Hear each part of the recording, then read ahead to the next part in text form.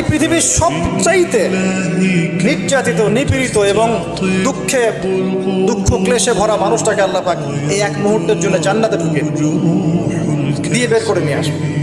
বলবেন যে দুনিয়াতে দুঃখে ছিল, কষ্ট ছিল, এই ব্যক্তি বলবে আল্লাহ কষ্ট কি জিনিস আমি জানি, কষ্ট কাকে বলে আমি কষ্টের সংজ্ঞাই জানি না। এই ব্যক্তির তাকদিরে কি হবে পরে?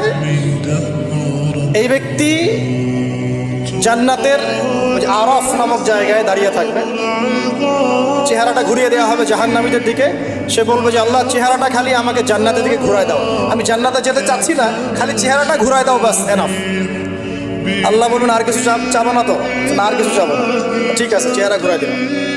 এবার চেহারা জান্নাতের দিকে ঘুরে আসে, জান্নাতের ঘ্রাণ, জান্নাতের নেয়ামতের স্নিগ্ধতা সব পাচ্ছে সে।